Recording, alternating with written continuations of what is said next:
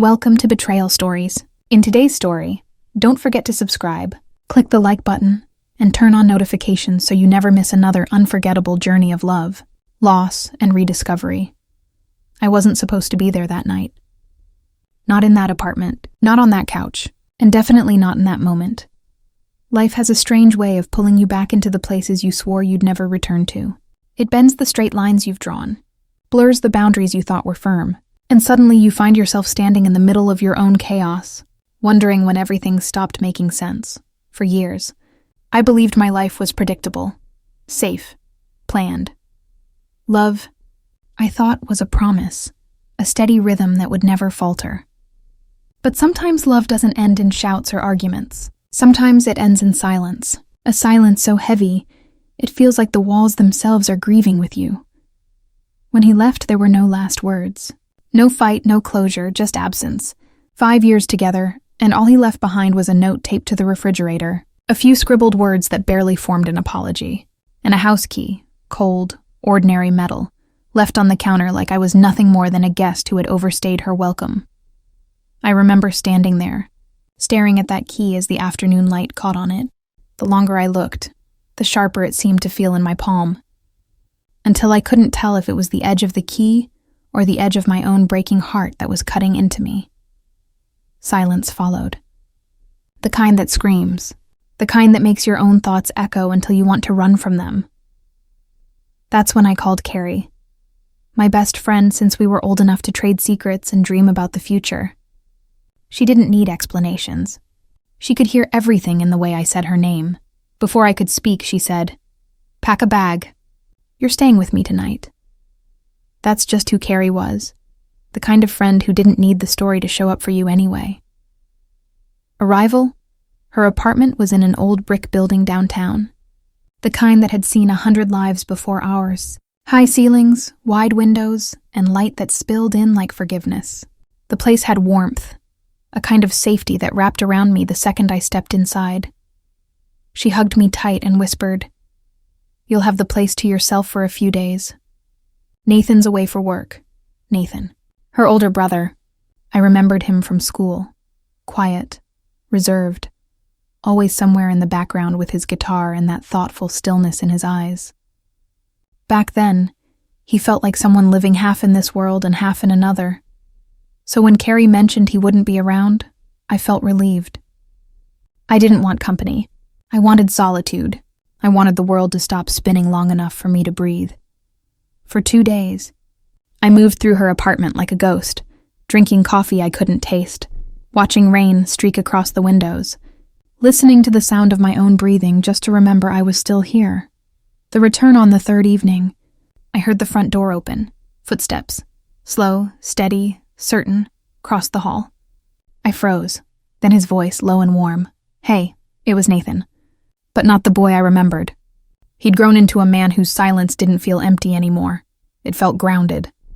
He had this quiet strength about him, like life had taught him to listen before speaking. His hair was a little messy, his clothes simple, gray shirt, joggers, but somehow it all fit him perfectly. When our eyes met, he nodded politely, the kind of nod that says "I see you" without intruding. I managed a soft, awkward "hi." That was it. 2 words after years of nothing. The next few days passed quietly. A smile in the hallway, a polite thank you when passing the coffee. 2 strangers orbiting the same space, pretending not to notice each other but feeling the other's presence all the same. And honestly, I liked it that way. Stillness felt safe. But silence never stays silent for long. A quiet connection. One evening, the apartment felt too heavy, so I slipped out for a walk. The autumn air was crisp, biting just enough to remind me I was alive. The city hummed softly under the dim glow of streetlights. Leaves scraped across the sidewalk like whispers of forgotten stories. When I returned, I smelled rosemary and red wine. Nathan was there, reclined on the couch, one ankle resting on his knee. A half-empty bottle sat between 2 glasses on the table. The TV played softly, Notting Hill. I smiled in surprise. "You like this movie?" I teased. He looked up, a faint grin tugging at his lips. "Only when I'm depressed." I laughed, really laughed, for the first time in weeks. He poured me a glass without asking. I sat at the far end of the couch, not close but not far either. The movie filled the space between us with something gentle, something safe. When Julia Roberts whispered, "I'm just a girl standing in front of a boy, asking him to love her," I felt his gaze shift toward me, just for a heartbeat. No words. But something inside me moved. That's where it began. Not with words, not with a plan, but with a glance that said, "I see your pain, and I'm not afraid of it." Small moments days slipped into weeks. Morning sunlight turned the brick walls golden. I began to know Nathan's rhythms, the soft pad of his footsteps, the quiet hum of him tuning his guitar, the steady clink of his coffee spoon in the morning. We fell into small rituals. Coffee together before he left for work, notes on the fridge about groceries, occasional late-night movies when neither of us could sleep. It wasn't love, not yet. It was something gentler, like the warmth that comes back to your fingers after you've been out in the cold too long, the night that changed everything. One night, sleep refused to come. The clock glowed 2:47 a.m. I wandered into the living room, wrapped in an oversized shirt, barefoot and lost in thought. Nathan sat on the couch, his face lit by the faint blue glow of his phone. He looked up, his voice low and even. "Can't sleep?" I shook my head. "You?" He smiled faintly and set the phone aside. "Guess not." He patted the couch beside him, a wordless invitation. I hesitated, then sat down. The silence was thick, but it didn't feel suffocating anymore. The city outside murmured faintly, cars, wind, the steady hum of life moving on. Then he asked quietly, "Do you miss him?" The question caught me off guard. I looked down at my hands. "I don't know," I said honestly. "Sometimes I wonder if I ever really had him." He studied me for a moment, then said softly, "Maybe it's a good thing he's gone." No pity. No judgment, just truth. Something in me broke and mended at the same time.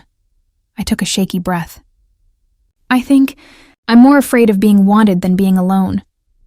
Nathan's eyes softened. "You've always been wanted, Rachel. You just didn't notice." The words hit deep. The room seemed smaller, quieter, like the world had folded itself around that single sentence. He didn't move closer, but his presence felt near enough to touch. And for the first time since my breakup, my heart didn't ache. It stirred. That night changed everything. Not because of what happened, but because of what it revealed.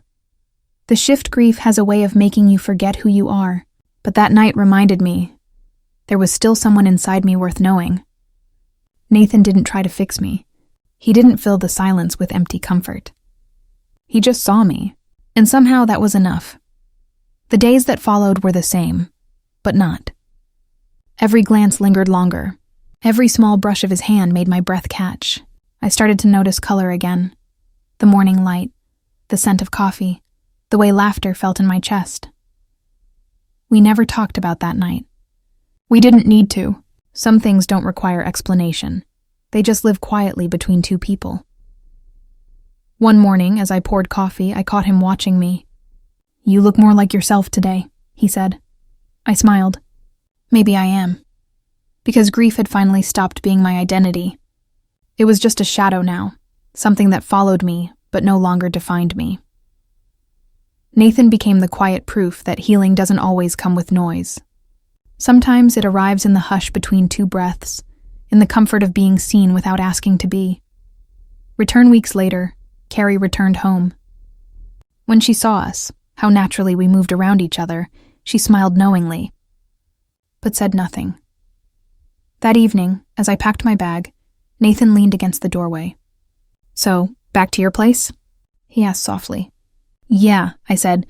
"It's time," he nodded, eyes gentle. "No drama, huh?" I smiled. "Not this time." As I turned to leave, he said quietly, "Don't disappear again, Rachel." I paused at the door. I'm not planning to. Closing. That night, stepping back into my own apartment, the same space that once felt like a tomb, I realized something important. Healing doesn't always mean moving on. Sometimes it means standing still long enough for peace to find you. Nathan wasn't part of the story I thought I was living. He was the unexpected chapter I didn't know I needed. Because sometimes, the people who walk into your silence end up leaving the loudest echoes in your heart. If you've ever had to rebuild yourself after heartbreak, remember this. You don't need to rush. You don't need to have it all figured out. Sometimes, all you need is a quiet space, a gentle hand, and someone who sees the person you're still becoming. Outrow, thank you for watching. If this story touched your heart, hit the like button, subscribe, and turn on notifications so you never miss another story like this. And tell me in the comments, have you ever met someone who helped you find yourself again without even trying? Because sometimes, the quietest people become the loudest part of your healing.